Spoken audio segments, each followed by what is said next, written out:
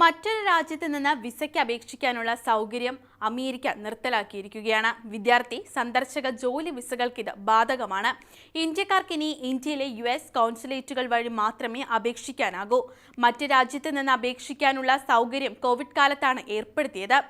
Singapore, Thailand, Germany, Brazil തുടങ്ങിയ രാജ്യങ്ങൾ വഴി അപേക്ഷിക്കാമായിരുന്നത് വിസ ലഭിക്കാൻ ചെന്നൈ കോൺസുലേറ്റ് വഴി 9 മാസം വരെയും, കൊൽക്കത്തയിൽ 5 മാസവും, മുംബൈ, ഹൈദരാബാദ് കോൺസുലേറ്റുകൾ വഴി 3 മാസവും സമയമെടുക്കും.